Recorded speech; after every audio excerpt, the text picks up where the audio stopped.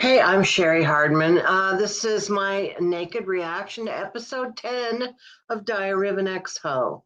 Our guest is Sarah Champion.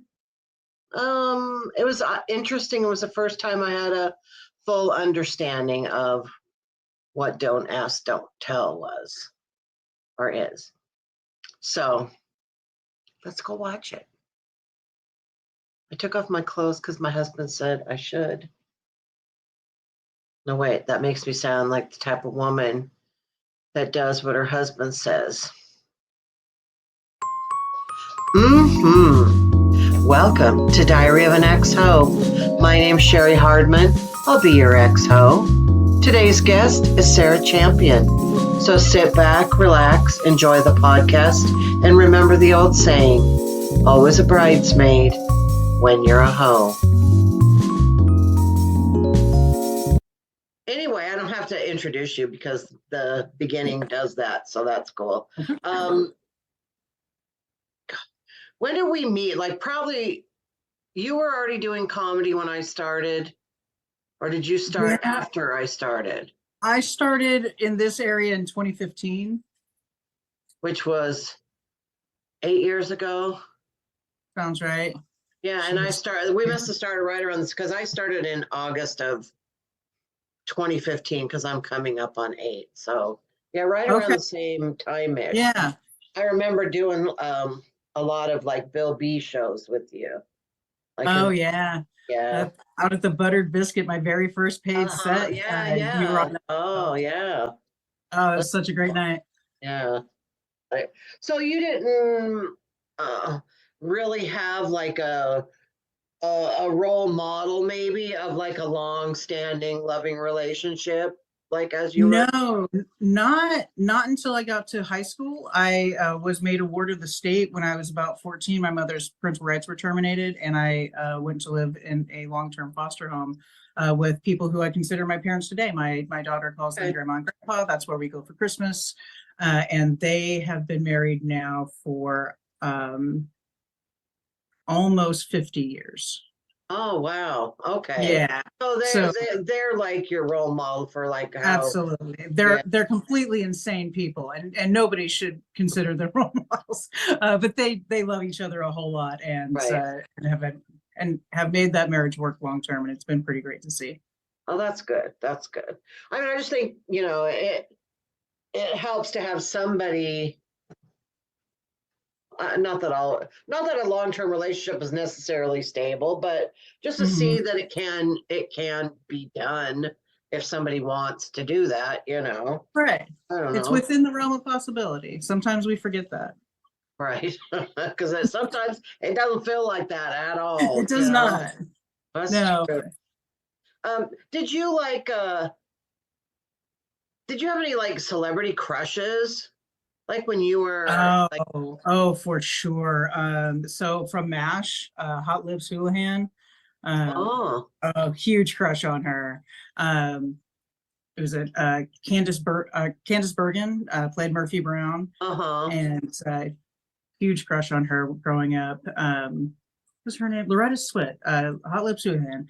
Loretta Swit, and she actually did a stint with the traveling production of Vagina Monologues years ago, and I was not able to get tickets to that, and it wounded my soul. I mean, the opportunity to see Loretta Swit live on stage and in the Vagina Monologues of all things. Right. Oh, yeah. I wasn't able to go. Oh, bro.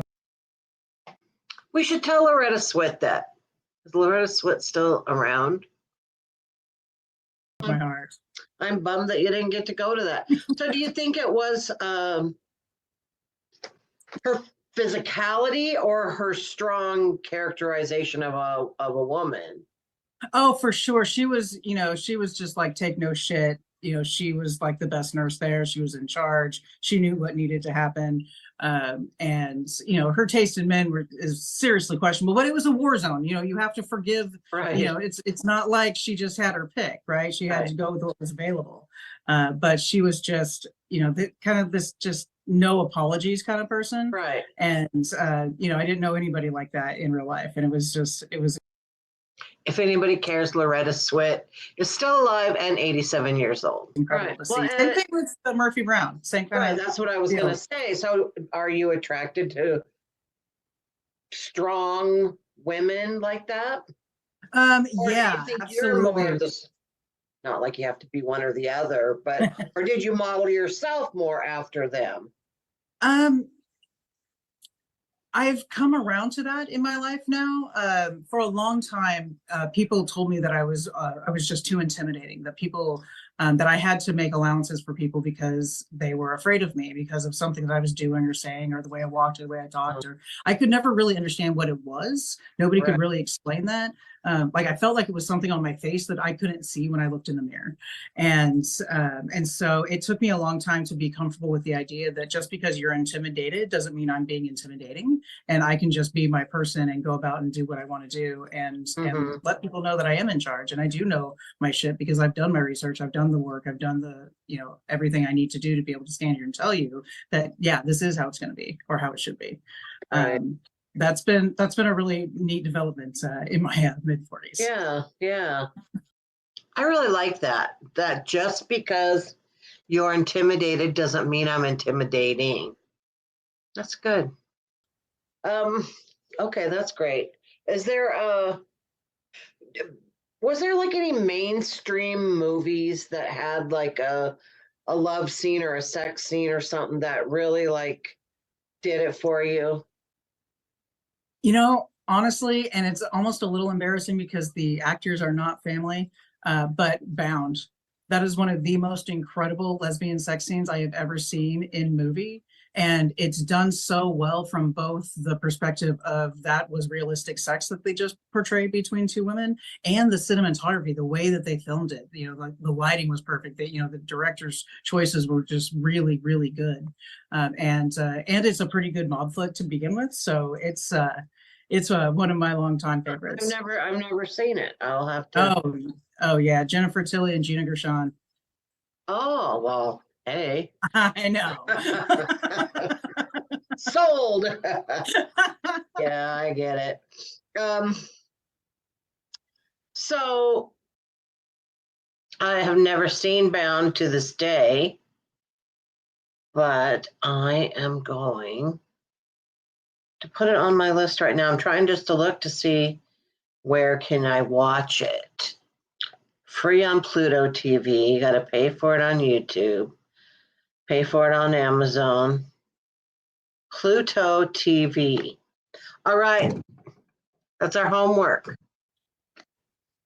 Why don't you tell me a little bit about when you really started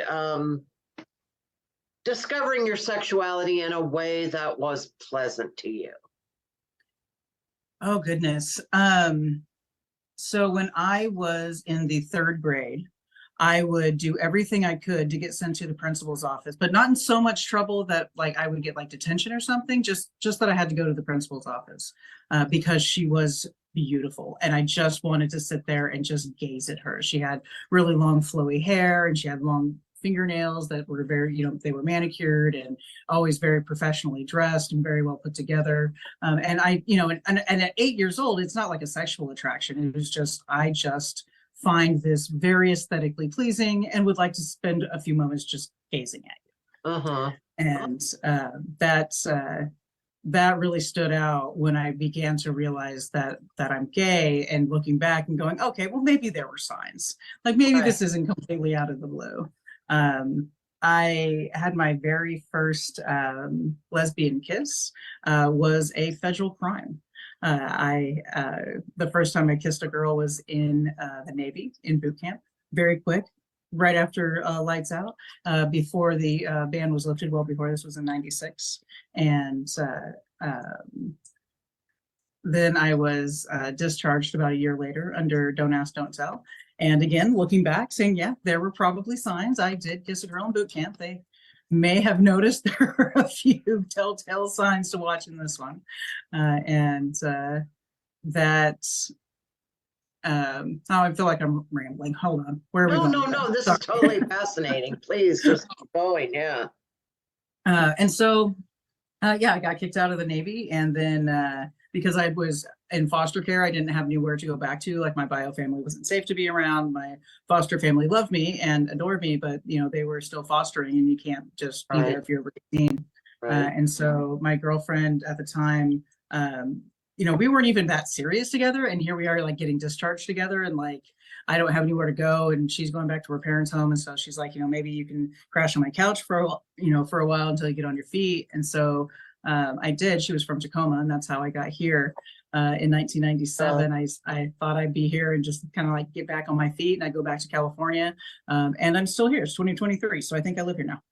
I think you do. Well, okay. So I have some questions about that. So, so how did that work? Did like somebody come like report you and say, I think you're a lesbian? I mean, is that what happened? Yeah, I didn't know for a long time what started the investigation, and finally I did a FOIA, Freedom of Information request, and got all of my records from the Department of Defense, and it was my girlfriend's roommate who saw us in bed together once and made a report, and then that got the investigation rolling, and then we were interviewed and questioned, and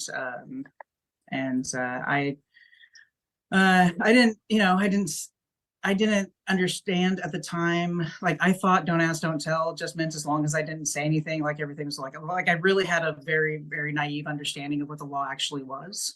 And there wasn't Google. You couldn't just, go to the library and look it up. Like, you couldn't ask questions about don't ask, don't tell to your superiors. Like, that's, not a very smart thing to do. You're trying to get like, what exactly am I allowed to do here? That's not going to work. And so I was just completely, I was blindsided. Like, I love the Navy. I was in the Seabees. I was a carpenter that had just been open to women just a couple of years before. And so it was still like 98% men. And so I had like 600 big brothers, and we just went out and built things and played in the concrete and cement and the dirt and blew things up and tore them down and rebuilt them again. And then we go out into the Mojave Desert and play war games with the Marines who were stationed at 29 Palms, and they try to attack what we were trying to build. And I mean, it was just the best time, and I really loved being in the Navy. And so that had to have been devastating to a certain extent, was it? It really was like it was, I'm coming out of foster care. I don't have anywhere else to go. It's not just that I'm losing my job. I'm going to lose my job and my home and my clothes and my meal plan. And, it's a whole comprehensive life. Right. And then, and I'm 19 and I have my last paycheck, and I'm just like, I've got to go out into the world and just live now. And so, did you feel any shame about that? Oh, for sure. Or were you more mad, or both? Yeah, a lot of internalized homophobia going on there. Like my DD 214, the separation paper, it says homosexual conduct on it for the reason for separation. And so I've got to go get a job and verify my military service with this form. Like, there's no way to avoid coming out in every job interview when you were in the Navy for 1 year. And so and I wanted to document that I got an honorable discharge, because that's always helpful, and it was honorable. But it was really difficult. Like, I didn't understand the rules, and I was clearly violating them, and thought that I wasn't. Thought that I was doing what I was supposed to do, and that I was in like this safe harbor.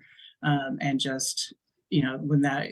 It's one of those like paradigm shifting where your worldview was not accurate, and your inaccuracy is about to come crashing down around you. Well, I think a lot of people did think that that's just what it meant. Don't ask, don't tell. We're all cool, but not so much. Wow. No, that wasn't the rule at all. In fact, I was in that interview with the chief master at arms who was doing the investigation, asked me if I'd ever had sexual relations with a member of my own gender. And I said, I thought you couldn't ask that. And he says, no, I can't ask if you're gay, and I'm not. And if I did, you wouldn't have to answer. But I can ask about your conduct. Have you ever engaged in? And I was like, I did not know that was the rule. And so don't ask, don't tell, don't have sex. It was a lifetime. If you had ever engaged in this activity, you were eligible to be discharged under the rules. Oh, wow. All right. So then well, this isn't about careers, but what did you end up doing going into as a career after that? So I got, some crappy retail and service jobs and, food and beverage, and bounced around and made a lot of mistakes but, supported myself, had a job, had an apartment, place to live, terrible relationships, terrible decisions. But eventually I found my way to college, and eventually I found my way to law school, and I oversee contracts. Well, good for you, man. All right. We're going to talk dirty now. All right, cool. So, what is your definition of amazing sex? oh, wow. So not to sound all mushy or anything, but it has to be with somebody that I'm in love with. Like it just is better. I'm not saying that stranger sex can't be hot. It totally can be. Right. But great, amazing sex. That's somebody that I'm in love with, and that we are just clicking. And it's one of those where it just has like those waves to it. Like you think sex might be done, but you just start over again, and and it just goes on, and you lose track of time, and you only stop because now you're so dehydrated that it might become a medical emergency, and you have to. See, I never really thought about that with like lesbian sex, because I've never had sex with a woman. But a lot of times in heterosexual sex, it ends because the man is done. And that's interesting. Yeah, that is a good description. Do you watch any kind of porn at all? Sometimes it's cyclical. Like sometimes I'll find that I'm watching it like 2-3 times a week, and then sometimes I'll realize I haven't looked at it in months. Right. And when you watch porn, do you watch strictly lesbian porn? Unfortunately, no. There's very little good lesbian porn out. There's very little good porn, period. Right. And then especially when it comes to lesbian porn, there's a lot more girl on girl, which is different than lesbian porn. And then when you do have like porn made by lesbians for lesbians, there's a couple that are really good. Sugar High Glitter City, fantastic. There's a lesbian porn called Champion. It's amazing, but most of it tries just way too hard to be super inclusive and super supportive and super explicit about consents, and they've got forms they're signing, and they've got, and so it's just like, it's more of a procedural drama than. I don't. This is the boomer in me, but I don't really know that getting consent is that hot on a porn. It might be hot like in person, but yeah, I don't know. Porn, and so you kind of have to go with what's out there, just like Hot Lips did. I know. I think that there just needs to be some kind of like, I don't know, make your own porn or something. Because like I don't mind a little porn, but I find just watching like straight porn that a lot of times I go to women on women just because I hate the way men treat women in porn. Yeah, that can really the name calling and I don't mind a hair pull in real life, but sure. The way they do it in porn, I just don't like that kind of stuff, and then I'm up angry, and kind of defeats the purpose.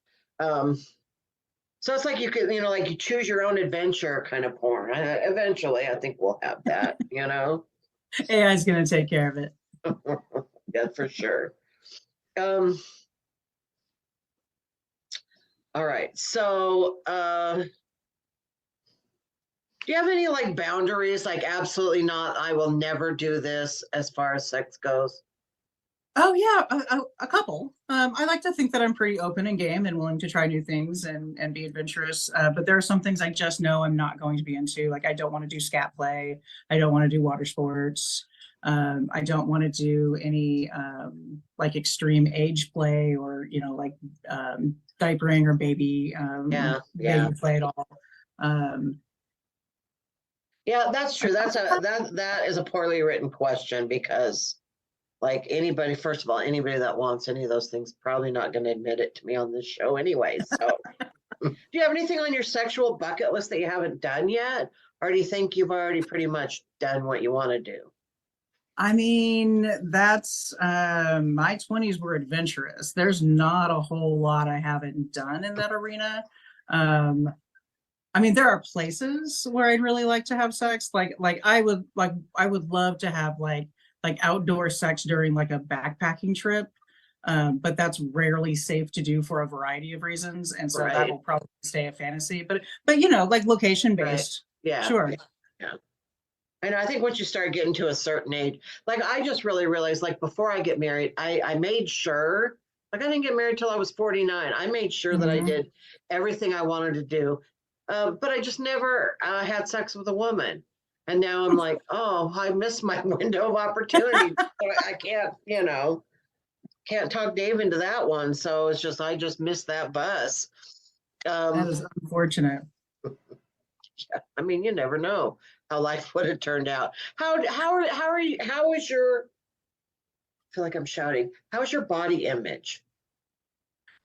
Oh, good question. Working on it. Generally pretty good and way better than adolescence and 20s and 30s. Like I'm much more friendly to my body these days, much more appreciative of everything it does for me. Um, and sometimes like I think that maybe my body image, um, like sometimes I'll look in the mirror and I'm like, I don't feel that overweight, but look at these rolls. Like I just like when I'm sitting, like When I did that physically, happen? right? You know, like I don't feel this, you know, and sometimes forget that that's how I present to the world sometimes. And I do that sometimes, like with being gay or being, whether people think I'm traditionally masculine or feminine. But sometimes I forget that I present as an overweight woman, and sometimes I just don't feel that way just sitting in my body. It's an interesting form of disassociation. I understand that. Um, I got to tell you, there are a couple things that I always think about when I think of you. One is your resting bitch face joke. Yes, I love that one. I do too. And then I was thinking about that the other day. I'm like, I wonder if she's ever going to quit comedy so I can have that joke. um, then the other thing is when you were on heavy petting with me and you told me your bleach finger story. Oh yeah. Ooh, when sex got real hot. Yeah. So I want you to know I do think of you every now and then, but that's what I think about when I think of you. Oh, thank you, Cheri. All right. Well, that was Sarah Champion. I'm excited to put my clothes back on. It's a little chilly. Sarah's great. I miss her. And I'll see you next time.